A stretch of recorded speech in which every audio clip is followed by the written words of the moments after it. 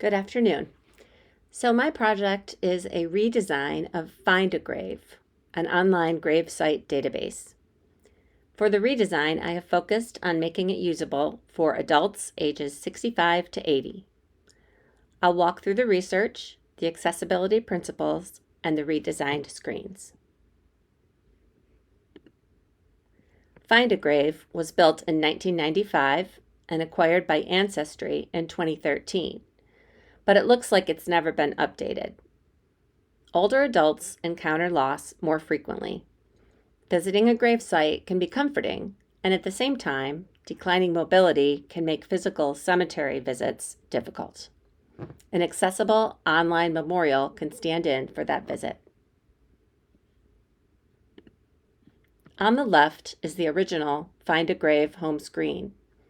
On the right is the redesign. I removed the non-functional Browse button and the Remove Ads buttons, added a clear Ancestry association for trust, and gave the page larger, high-contrast text with a straightforward search task front and center. What's more, no registration is required to use this search, leading to a high-efficiency experience. The target user is the baby boomer generation, roughly ages 65 to 80, with some internet familiarity. Meet Beth, 68, recently retired to Florida, trying to find her grandparents' graves in Maine where she's visiting for Memorial Day so she can leave flowers and send photos to her sister.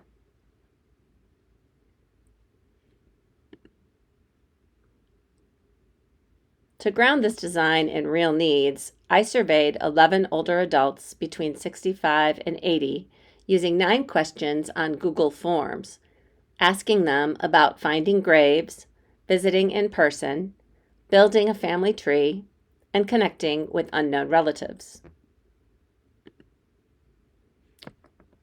100% of them had visited a loved one's grave, and 82% had had trouble finding one. That's the core problem. There's a real interest in a family tree, but far fewer have used an online tool for that, and most had very little interest in connecting with strangers, so I cut that feature. 4 accessibility principles guided every screen: large sans serif type, high contrast on a simplified layout to reduce cognitive load, large touch targets for motor accessibility, and consistent navigation. Addressing the issue of trust, the website requires no registration to search and has a clear Ancestry association. The first and most important task: search for and locate a grave. It's a 4-step path. Search, recognize the person in the results, land on a map with the exact location, then copy the address or share it.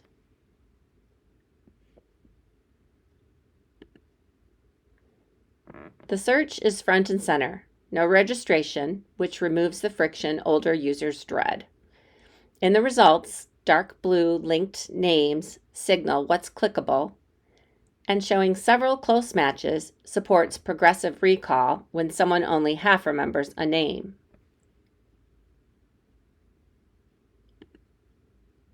The locate screen is the payoff. A map drops a pin on the exact grave, which is invaluable in a large cemetery. Also appearing is the cemetery's address and a phone number, a linked headstone photo, and a share icon to send the location by text or email to others.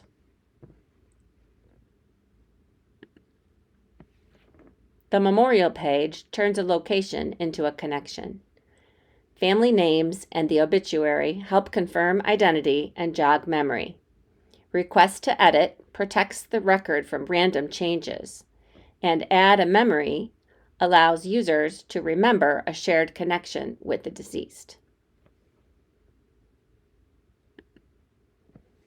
The second task is the virtual cemetery. Users have to register in order to be able to save a personal collection of graves, which can be arranged free-form or in the shape of a family tree.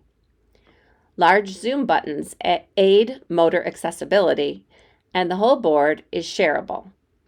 This serves as a memory bank for relatives who are buried in different places.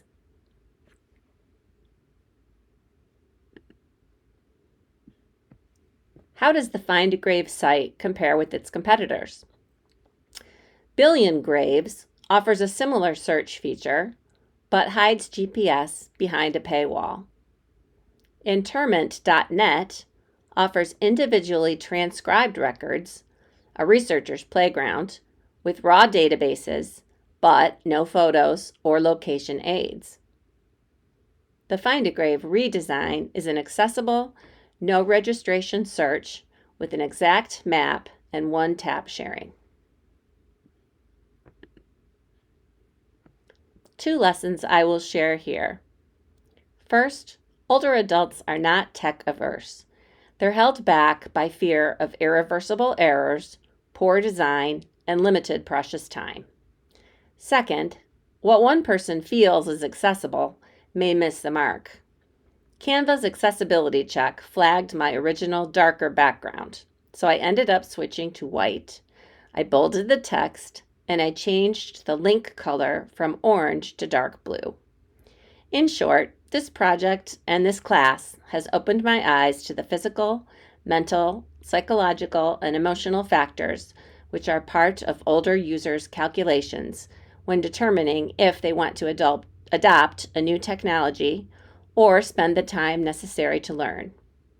We all benefit when designers pay closer attention to the user experience. Thank you for your time. Have a great day.